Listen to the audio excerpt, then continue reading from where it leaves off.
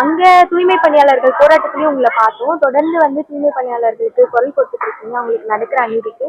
இந்த இஷ்யூல இருந்து நீங்க என்ன நினைக்கிறீங்க, உங்களோட கருத்து என்ன அப்படின்றது?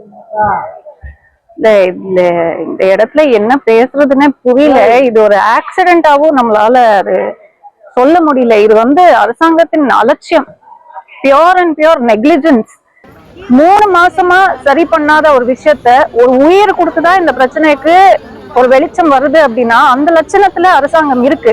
நம்ம சகோதரி வரலட்சுமி அவங்க வந்து இன்னைக்கு இறந்து போயிருக்காங்க. அவங்க சின்ன குட்டி பசங்களை பார்க்கும்போது என்ன சொல்றதுன்னு புரியல. உண்மையில மனிஷ் சின்ன பையன், யுவஸ்ரீ 7th படிக்கிறாங்க. நீங்க தான் தைரியமா இருக்கணும். இப்போ அம்மாக்காக நீங்க நல்லா படிச்சு வாழணும், நல்ல ஒரு பொசிஷனுக்கு வரணும் அப்படின்னு தான் சொல்ல முடியுது. ஆனா போன உயிருக்கு யார் பொறுப்பு? இங்க சுத்துவட்டத்துல இருக்கிறவங்க இப்ப வந்து சொல்றாங்க 3 மாசமா கம்ப்ளைண்ட் போயிட்டு இருக்கு. இந்த தூண்டி விட்ட இடத்துல லைவ் வயர் அப்படியே வந்து விட்டுருக்காங்களா. சோ அதுக்கு வந்து சரி பண்ணுங்கன்னு கேட்டப்போ மேல சும்மா ஒரு லைட்டா ஒரு கேபிள் மட்டும் போட்டு விட்டுருக்காங்க. அது வந்து வரப்போற வண்டி எல்லாம் போனதுக்கு அப்புறம் அது டோட்டலா வேர் அவுட் ஆகி அது ஃபுல் எலக்ட்ரிக் ஓப்பன் தான் இருக்கு. இது சரி பண்ணுங்கன்னு கேட்டா நீங்க வசூலி பண்ணி கொடுங்க, நம்ம கிட்ட நிதி இல்லை அப்படின்னு சொல்லியிருக்காங்க. எதை கேட்டாலும் நிதி இல்ல, பணம் இல்ல, பத்தல அப்படின்னு தான் சொல்றாங்க. அப்படின்னா அப்போ மக்களை யாரு காப்பாத்துறது எனக்கு புரியல. இல்ல அரசாங்கத்துக்கிட்ட ஒண்ணுதான் நான் கேக்குறேன், விளம்பரத்துக்கு காசு போடுறீங்கல்ல, அந்த காசை நீங்க பாதுகாப்பு பொருட்கள் வாங்கி கொடுத்திருந்தா அந்த அம்மாக்கு பூட்ஸ், கையில கிளவுஸ், ஏதாவது ரப்பர் கிளவுஸ் இருந்திருந்தா உயிரோட இருந்திருப்பாங்க இல்ல.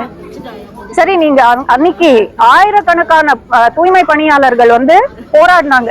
ரிப்பன் பில்டிங் வாசல்ல நானும் போய் உட்கார்ந்து இருந்தேன். அவங்கள நீங்க வந்து பார்க்கவும் கூட இல்ல. நைட்டு புண்படுத்தி அடிச்சு உதச்சு அரெஸ்ட் பண்ணிட்டீங்க.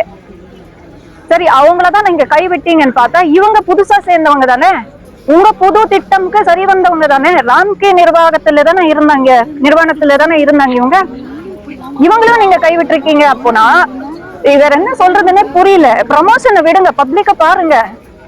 அரசியல் பத்தி பேசுறதுக்கு சரியான நேரம் இல்ல.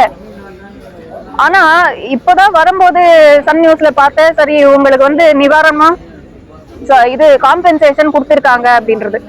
ராம்கி நிறுவனத்துல இருந்து 10 லட்சம், அரசாங்கத்துல இருந்து 10 லட்சம் கொடுத்திருக்கீங்க. அவங்க கணவருக்கு கவர்மெண்ட் ஜாப் ஏதோ பண்ணி கொடுப்போம் அப்படின்னு செய்யறதா சொல்லிருக்கீங்க. நல்ல வேகத்துல நீங்க வந்து தீர்வு கொடுத்திருக்கீங்க. இந்த வேகத்துல நீங்க அந்த ஆயிரக்கணக்கான தூய்மை பணியாளர்களுக்கு நீங்க இந்த வேகத்துல எந்த தீர்வு கொடுக்கல, இன்னமும் கொடுக்கல. வீரத்தாய் வரலட்சுமி, வீரத்தாயன்னு நான் கூப்பிடுறேன். ஏன்னா அவர் உயிர் கொடுத்து நிறைய உயிர்கள் அவங்க காப்பாத்திருக்காங்க. ஏன்னா இதுக்கப்புறம் தான் இவ்வளவு பிரச்சனை இருக்குன்றது நம்ம கவனத்திற்கு வருது. நம்ம கவனத்திற்கு வர்றது முக்கியம் இல்ல, உங்க கவனத்திற்கு ஏன் வரல அப்படின்றதுதான். வரலட்சுமி மட்டும் இல்ல, இதுக்கு முன்னானேத்து கூட இன்னொருத்தர் வந்து இறந்திருக்காங்க அதே ரோட்ல, அதே லைவ் வயர் மேல கால் வச்சு. இது உங்களுக்கு தெரியாத விஷயம், நமக்கு தெரியாத விஷயம். இங்க வந்துதான் தெரிய வருது. 2 உயிர்களுக்கு வந்து காவு வாங்கியிருக்கீங்க. இதுக்கெல்லாம் என்ன சொல்றது, யார் பதில் சொல்றது? இந்த இபி டிபார்ட்மெண்ட் காலையில இருந்து கூப்பிட்டு 1 மணி நேரம் கழிச்சுதான் வந்து அந்த கரண்ட் ஆஃப் பண்ணிருக்காங்க.